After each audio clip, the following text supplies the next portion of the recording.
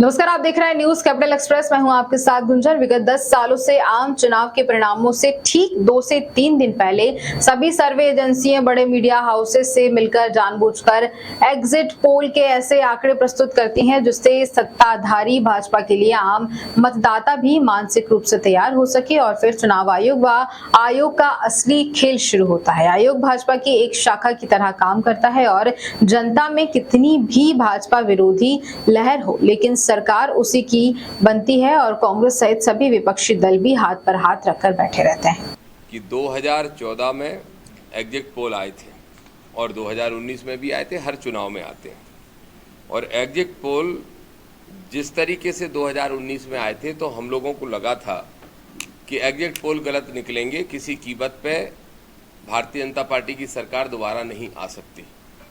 लेकिन फिर exit poll सही निकल गए और भाजपा की सरकार बन गई। लोगों को ईवीएम पे शंका हुई, चुनाव आयोग पे शंका हुई और बातें कान में फुसफुसाने का दौर चालू हुआ।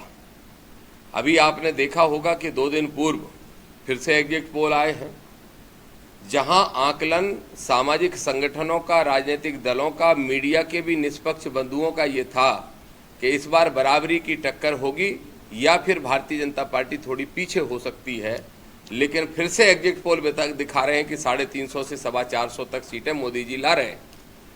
मेरा स्पष्ट कहना है कि इस बार अगर एग्जिट पोल सही होते हैं तो हम ये मानेंगे, हमारे सारे संगठन ये मानेंगे कि निश्चित रूप से चुनाव आयोग की तरफ से कोई ना कोई गड़बड़ी करके फिर से मोदी की सरकार बनाने का प्रयास हो रहा है। भले ही मुख्य विपक्षी दल कांग्रेस या क्षेत्रीय दल शांत रहें, लेकिन ओबीसी फ्रंट, दलित पिछड़ा समाज संगठन, संविधान बचाओ मंच और हमारे जितने भी संगठन हैं, उन सब ने बैठक करके कल निर्णय लिया है कि हम सड़कों पर उतरेंगे, लेकिन संविधान और लोकतंत्र को किसी कीमत पर समाप्त नहीं होने देंगे।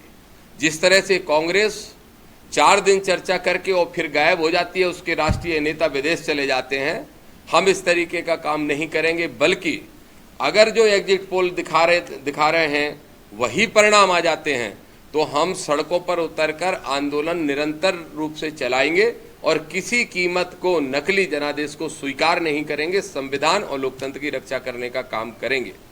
मैं स्वयं दतिया जिले की सिवड़ा विधानसभा से चुनाव लड़ा और बिना कांग्रेस के लड़ा। मैं पहले कांग्रेस में प्रदेश का उपाध्यक्ष था, पिछड़े वर्ग कांग्रेस का अध्यक्ष था। ठोकर लगाई क्योंकि पिछड़े वर्ग को टिकट कांग्रेस नहीं दे रही थी और चुनाव लड़के 30,000 वोट लाया, सिर्फ 12,000 वोटों से हारा।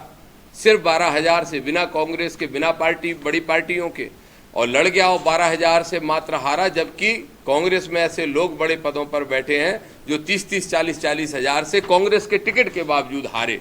इसलिए ऐसी निठल्ली पार्टी से हमें बहुत उम्मीद नहीं है कि वो संविधान बचाने के लिए कुछ बड़ा काम करेगी। लेकिन हमने तय कर लिया कि 4 को परिणाम आएंगे, 5 को दतिया में और भोपाल से ही शुरुआत कर दी जाएगी। चुनाव आयोग के पुतले दहन जगह जगह किए जाएंगे। सारे जिला मुख्यालयों पर पूरे मध्य प्रदेश के अंदर गृह मंत्री देश के और प्रधानमंत्री जो देश के हैं, अगर वो गलत तरीके से बनने जा रहे हैं, फिर से हमारे जनादेश का अपमान करके हमारे वोट पे डाका डाल के, तो अंबानी का चैनल होगा तो क्या दिखाएगा, एनडीटीवी क्या दिखाएगा? बड़ा खुल के कह रहा हूं मैं, क्या दिखाएगा? क्या? मैं मीडिया को गुलाम नहीं बोल रहा हूं। मैं बोल रहा हूं मीडिया के वो चैनल जिनको बड़े बड़े कॉर्पोरेट हाउसेज ने खरीद लिया है, वो क्या दिखाएंगे? आप ही जवाब दे दो ना मुझे।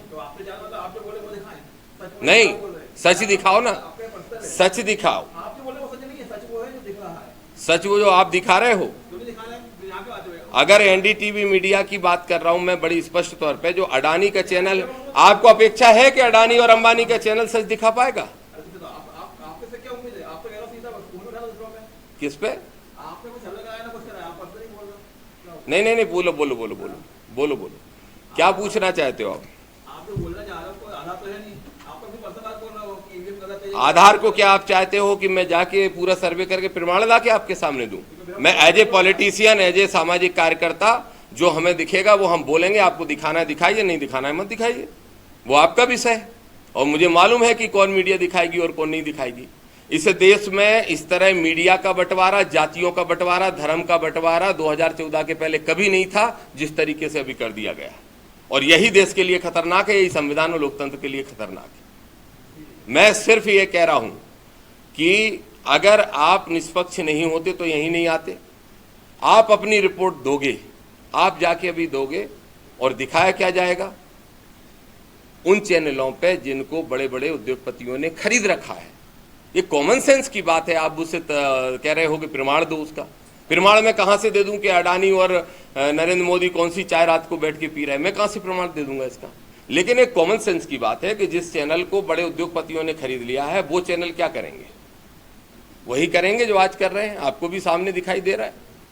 तो इसलिए मेरा निवेदन सिर्फ आप लोगों से यह है, अगर आपको लगता है कि निर्णय सही आया तो आप मत कवरेज करना। अगर आपको लगता है कि हाँ कुछ गड़बड़ी आपको भी दिखाई दे रही है, वैसे तो आपकी ड्यूटी ये बनती है कि जो भी प्रदर्शन आंदोलन होंगे, चाहे इधर वाले करें चाहे उधर वाले करें, आप दिखाएंगे दोनों को और आपको दिखाना चाहिए। लेकिन अक्सर ऐसा होता है, मेरी 5000 लोगों की भीड़ को इतना सा भी स्पेस नहीं मिलेगा। मैं दतिया ग्वालियर चंबल की बात कर रहा हूँ, और 500 कदम भी नहीं चलेंगे नरोत्तम मिश्रा और उनको इतना बड़ा स्पेस मिल जाता है, तो उसको आप क्या कहेंगे? तो इसलिए आप व्यक्तिगत अपने ऊपर मत लीजिए, या कोई भी व्यक्तिगत साथी अपने वाला हूं। मेरी विधानसभा भी वही है, मेरी भिंड दतिया सीट, वहां कांग्रेस जीतने की स्थिति में है, मुरैना कांग्रेस जीतने की स्थिति में, या यूं मान लो कि भाजपा हारने की स्थिति में। ग्वालियर में बहुत जबरदस्त टक्कर है, उसके बाद दिग्विजय सिंह जी की सीट पे भी बहुत टक्कर है मेरी जानकारी के अनुसार। कमलनाथ जी की सीट पर, मंडला सीट पर, सीधी सीट पर, सतना सीट पर, खरगोन सीट पर, रतलाम सीट पर, ये तो स्पष्ट है कि ये सीटें या तो 20-30 हजार से भाजपा जीतेगी या फिर 20-30 हजार से कांग्रेस जीतेगी। उसके बाद भी भारतीय जनता पार्टी का सर्वे, मैं राहुल गांधी की बात से सहमत हूं इस विषय पे कि मोदी का सर्वे है, उनकी फैंटेसी के लिए है, लेकिन इस बात से सहमत नहीं हूं कि परिणाम बदल के आएंगे। मुझे दिखाई दे रहा है कि परिणाम बदल दिए गए हैं, और किसी भी कीमत पर फिर कांग्रेस कहेगी कि 5 साल संघर्ष करेंगे। कब तक संघर्ष करते रहेंगे? 30 साल और संघर्ष करोगे, तब तक लोकतंत्र समाप्त हो जाएगा, तानाशाही पूरी तरह से देश में आ जाएगी। इसलिए 5 तारीख को आप लोग भी सहयोग आप सबसे हमें चाहिए होगा इस संविधान को बचाने की लड़ाई में, लोकतंत्र को बचाने की लड़ाई में, चुनावी प्रक्रिया को बचाने की लड़ाई में आप सबके से सहयोग की हम अपेक्षा करते हैं। और आप सबसे मेरी प्रार्थना है, 5 तारीख को यहाँ से लेके, दतिया मेरा गृह जिला है और भोपाल राजधानी है, इसलिए हम दोनों जिलों से शुरुआत कर रहे हैं, लेकिन जितनी सीटों के मैंने आपसे नाम लिए हैं उन सारी सीटों पर हम जाएंगे, धरना, प्रदर्शन, आंदोलन, चक्का जाम करेंगे, ये सारी प्रक्रिया चलेगी और इसको हम लड़ाई को दिल्ली तक ले जाने का काम करेंगे। आप सबको बहुत बहुत धन्यवाद। अगर आप चाहें तो कुछ पूछ सकते हैं। बस आधार देने का विषय नहीं है, चुनाव आयोग सहित ऐसी संवैधानिक संस्थाओं की ये ड्यूटी बनती है कि जब देश में किसी भी प्रक्रिया पे अगर शंका हो तो उनको इस बात का स्पष्टीकरण देना चाहिए। जहां तक आपने आधार का सवाल पूछा है, सबसे बड़ा आधार यही है, चुनाव आयोग जवाब दे कि क्यों 11 दिन बाद चुनाव के पूरे मतदान के आंकड़े उजागर करता है। कब 11 दिन लगते थे? 11 दिन बाद करता है, 7% बढ़ा देता है, दूसरे राउंड में 5% बढ़ा देता है, तीसरे राउंड में 4% बढ़ा देता है। 24 घंटे पहले वही चुनाव आयोग बोलता है कि 55% वोटिंग हुई और 11 दिन बाद बोलता है कि 72% वोटिंग, 62% वोटिंग हो गई। आखिर जब शंका है ईवीएम पे, लोगों को शंका है चुनावी प्रक्रिया पे, एक और बड़ा आधार है, प्रधानमंत्री नरेंद्र मोदी जी ने पूरे देश के अंदर चुनावी प्रक्रिया को खंडित करते हुए, आचार संहिता का उल्लंघन करते हुए जिस तरह से सांप्रदायिक भाषण दिए, जिस तरह से दो धर्म के लोगों के बीच में नफरत फैलाने का काम किया, उनको तो बैन कर देना चाहिए था चुनाव आयोग को। क्यों नहीं किया चुनाव आयोग ने बैन? स्पष्ट दिखाई देता है कि चुनाव आयोग निष्पक्ष नहीं है, बल्कि भारतीय जनता पार्टी की ही एक शाखा के रूप में काम कर रहा है और उसको हम किसी कीमत पे स्वीकार नहीं कर पाएंगे। एक बात और स्पष्ट कर दूं, मेरे नजरिए से इस मध्य प्रदेश के अंदर आपने देखा अधिकांश एग्जिट पोल कह रहे हैं कि 0 सीट आएगी, एक आधे एग्जिट पोल बता रहा है कि 1 सीट आ सकती है। किसकी? कांग्रेस की। मुझे कांग्रेस से मतलब नहीं है, लेकिन मैं खुद जानता हूं, मैंने व्यक्तिगत संबंधों के आधार पे और इस आधार पे जो हमारे संविधान बचाओ मंच के साथी हैं उनकी मदद करने का काम किया है, तो मैं दावे से कह सकता हूं कि 10 से 11 सीटें ऐसी हैं जहां भारतीय जनता पार्टी हारने की स्थिति में है।